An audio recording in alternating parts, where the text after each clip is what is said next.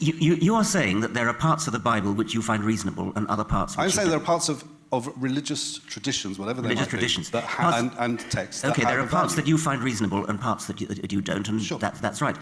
Why bother to bring it back to religion? If you've got an independent criterion for deciding which bits of religion you find reasonable and which you don't, just decide. Don't bother to go...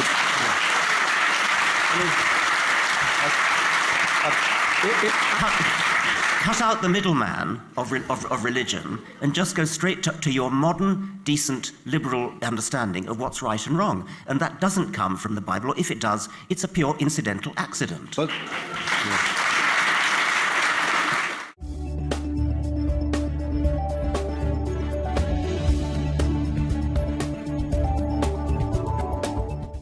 Why shouldn't you offend people?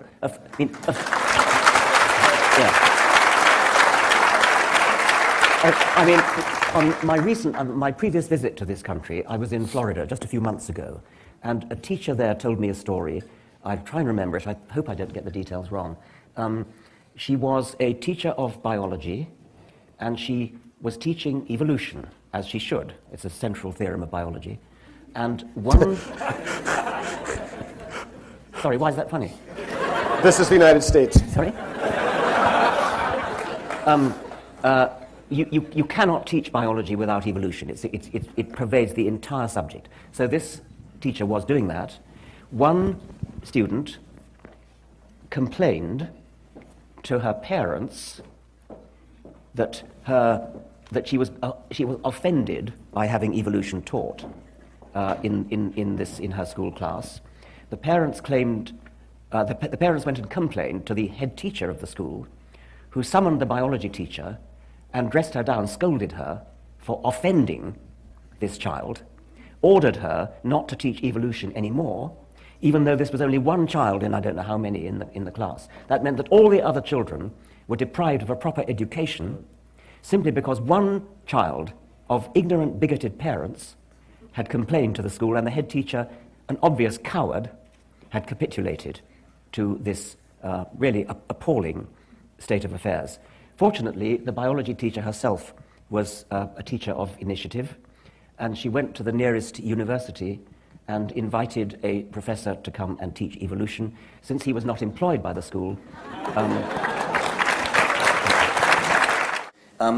death, non-random death before reproduction, is what natural selection is all about, and it's tragic. And if one looks around the world and sees the sheer amount of suffering that there is in the animal kingdom as well as in the human, it is exactly as you would expect it to be if it were just the blind forces of nature acting. If there were no overarching purpose in the world, it's one of the strongest points one can make. And Darwin himself said it.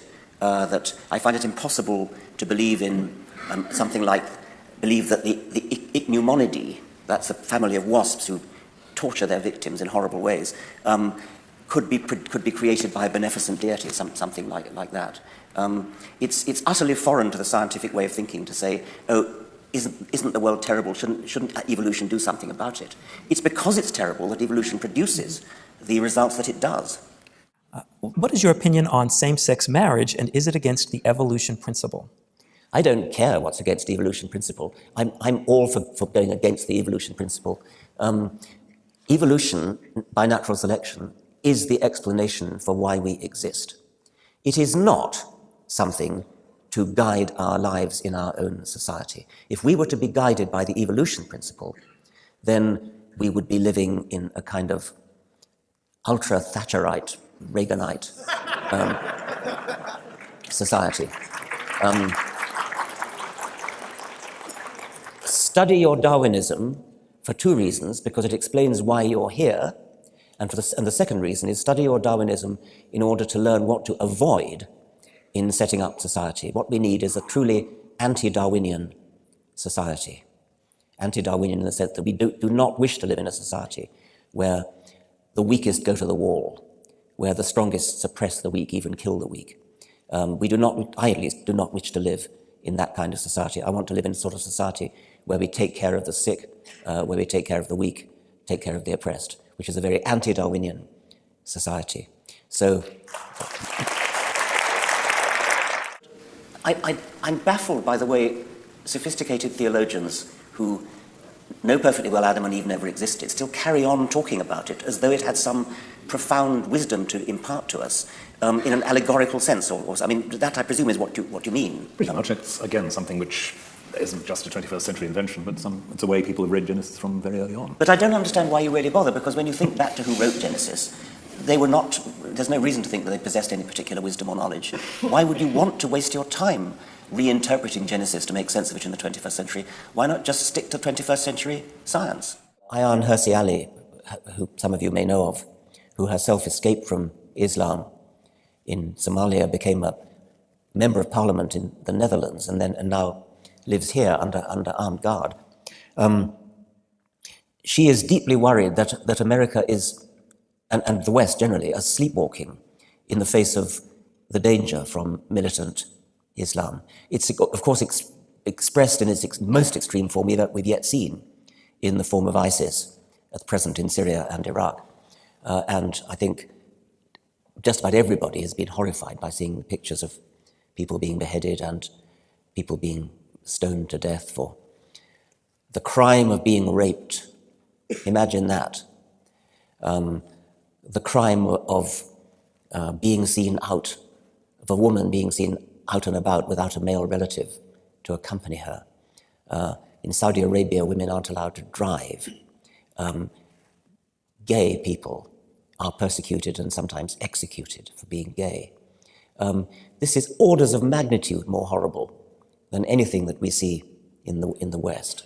And yet, my kind of people, decent, soft-hearted, liberal people, almost seem to be bending over backwards to be apologists for this kind of thing. It's almost as though we're saying something deeply patronizing and condescending, which is, of course, we here in the West don't do that kind of thing, but it's their culture. It's a kind of looking down on people with brown skin, condescending to them. It's a form of bigotry against them to say they shouldn't be held to the same standard as we would in this country. So I am deeply offended by the tendency of nice liberal people who I regard as my kind of person to bend over backwards to excuse the horrific things which are done to women in Islamic theocracies, and, as it were, make light of them. I'll try a short poem by W.B. Yeats, who was very much not a scientist, he was a mystic.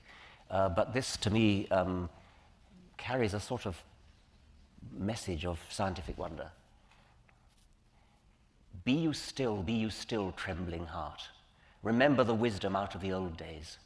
Him who trembles before the flame and the flood, and the winds that blow through the starry ways. Let the starry winds and the flame and the flood cover over and hide, for he has no part with the lonely, majestical multitude.